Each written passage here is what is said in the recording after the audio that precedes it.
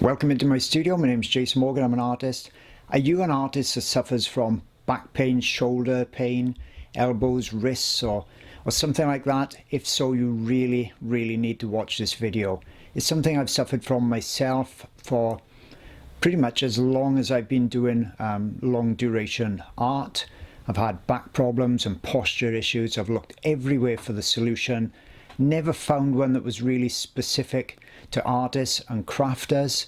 So if you're looking for the solution, this video is for you. If you're a young artist and you don't have any issues whatsoever, you really need to watch it as well, because believe me, more chance than not, it will actually creep up on you sooner than you hoped or sooner than you thought. And there's nothing worse than trying to really get into your artwork and enjoy it, and then find that you've got these niggling pains, sometimes severe pains.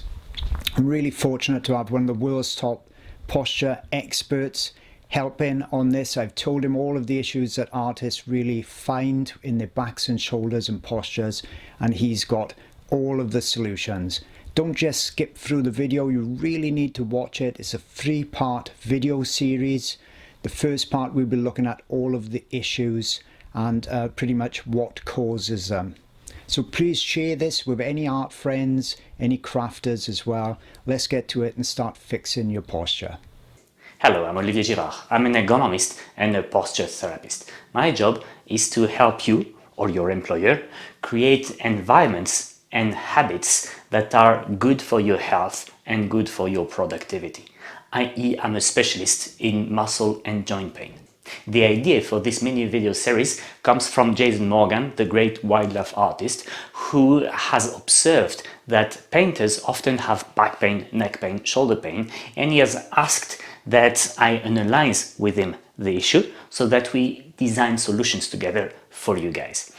The videos will be split in 3 parts. In this one, we will try to understand the problem. In the next one, we will design some solutions. In the last video, I will show you some exercises, both some preventive exercises and some corrective exercises.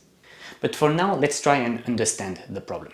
There are 2 regions that we need to talk about. One is your lower back, the other one is your neck and shoulder area.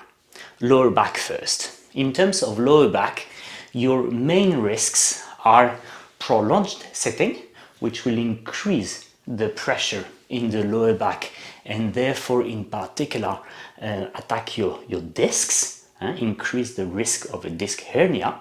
That's problem number 1. And problem number 2 is that depending on the chair that you have and what you do on the painting, you will adopt bad postures. Typical posture that you may adopt: round back posture, slouched. The effect of that is 1, your weight is on your discs. 2, as you can see, my neck and shoulders move forward as I slouch.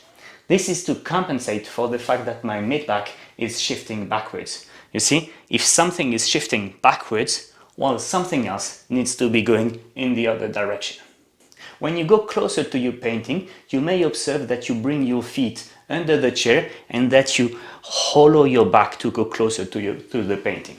This will have a different effect. It will increase the load on the intervertebral cartilage, i.e. increase the pace and the severity of osteoarthritis, and it will also create muscle strain, which is per se painful, but which will also participate in spinal compression.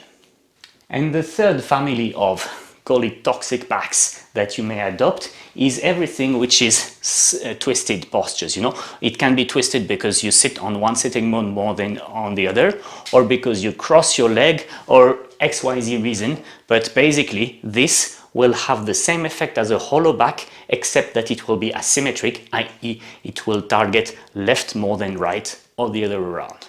So this is for your lower back. And as you have understood, what you do with your lower back will impact what happens in the neck and shoulder area, which is actually super logical to understand. You know, if the foundations of your house aren't stable, well, the roof will suffer. Well, same here. If my pelvis is not stable, the upper regions are going to suffer. So problem area number 1 was the lower back. Let's now look at what happens in your neck and shoulder region. What we see with you guys are a combination of things that go wrong with your head, so to say, and things that go wrong because of your elbows.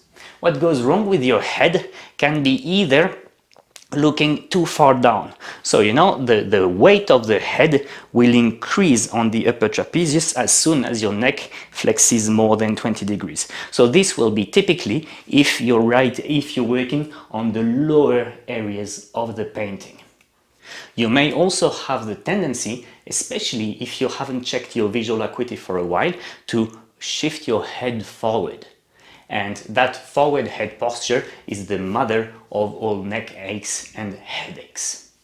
Last but not least, neck extension will be a source of problem. That can be either because you're working in the higher areas of the painting, or for example, if you wear multifocal glasses, well, you need to look at the painting through the lower part of the glass, and that's going to create a neck extension. Of course, everything which is asymmetry, i.e. lateral flexion and rotation, isn't great either for the neck, but this is less typical for painters. Your neck and shoulder strain will therefore be caused partially by what you do with your head, but also by what you do with your elbow. The comfortable area for your elbows are 0 to 20 degrees to the side, 0 to 20 degrees forward. Okay? So basically, as soon as I will extend the arm forward, there will be an increased strain on my shoulder. This increased strain will also lead to round shoulder posture. So you see the angle of my elbow, which depends on my distance to the painting and the height at which I work, will have an impact on the strain up there. And of course, the further I am, the heavier my weight. So you see, we're talking about two issues there. We're talking about what's happening in terms of elbow angle and what's happening in terms of who bears the weight of your arm. Sometimes you may want to have your elbow and going to the side like this. This is called elbow abduction, and this will not only create strain in the upper trapezius, but it will also compress under the shoulder joint, the tendon of the supraspinatus, which is a source of frozen shoulder. The two other potential causes of neck strain due to what happens in your elbow are when your elbows are pulled back. So in theory, that could be if you're very close to your painting, but honestly, it's not the most typical thing that I see. Or when your elbows are raised, which could happen if you use armrests that are a bit too high, or if you slouch on your armrests. So you see, to cut a long story short, the strain of the painter is either in the lower back and or on the neck and shoulder area. And what we need to monitor is your lower back compressed for more than 30 minutes in a row? Is it slouched? Is it hollow? Is it twisted? Plus, next to that, we need to check what you do with your head, forward, extension, deep flexion, and what you do with your elbows, flexion, abduction, or possibly elevation. These are all the risk factors that belong to your hobby, and in the next video, we need to discuss how to fix them.